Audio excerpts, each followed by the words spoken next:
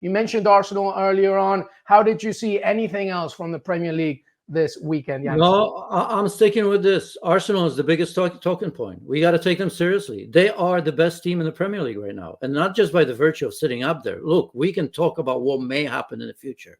We can talk about potential of Manchester City. I still believe that they're the, overall, when you look at the squad and when everything works their way, they'll probably win it, but we don't know that. I can't look into the crystal ball. All I see is facts, and not just that they're at the top because they were the last season, but I didn't think they were complete. But you talking about a team just like City in the past and Liverpool for a couple of years, best defense in the league, scored plenty of goals, top of the top in the Champions League where they're what? Second best, maybe defensively as well, or maybe the best, somewhere out there. Maybe we're Real Sociedad. And you look at the first half, I wish almost, to make my point, I wish almost that the second half didn't happen yesterday. But they were breathtaking yesterday, what they were doing. So I just think in terms of just getting better game by game, season by season, week by week, whatever you want to call it, this is an Arsenal team that we kind of shortchanged over and over and over again because we keep on thinking that City this, City that. But maybe, just as much as we believe that City are the deepest and the best in the way they play and have the best manager in the world, Pep Guardiola, maybe it's no coincidence that they've conceded so many goals. Maybe things aren't right, and maybe it's going to take time. And quite possibly, maybe a team like Arsenal or maybe even Liverpool can take advantage of that. But at the moment, without looking into the future, because we do this every week, Manchester City this, Manchester City that, you have to say that Arsenal are worthy leaders in the Premier League. We talked about this very point last season, though, and then what happened? So what's the difference this season, would you say?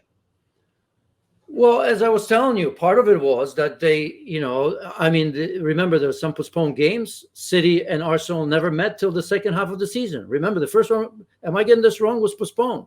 They played like 3 times within a month or month and a half in the second season. So psychologically, that was always weighing on them. I think City had 2 or 3 games in hand. So you have to respect that. Now you go and blow for blow. And as I said, defense.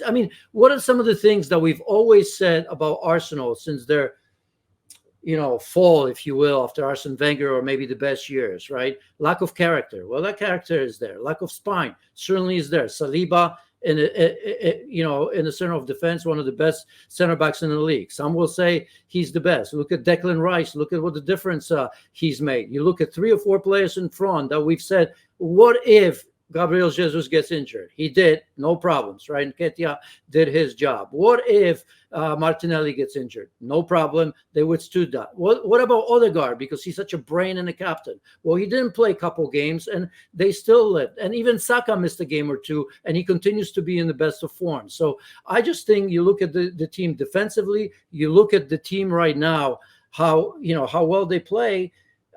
I just think that they're evolving and they're starting to believe. And again, up until this season, they have never beat Pep Guardiola and Manchester City.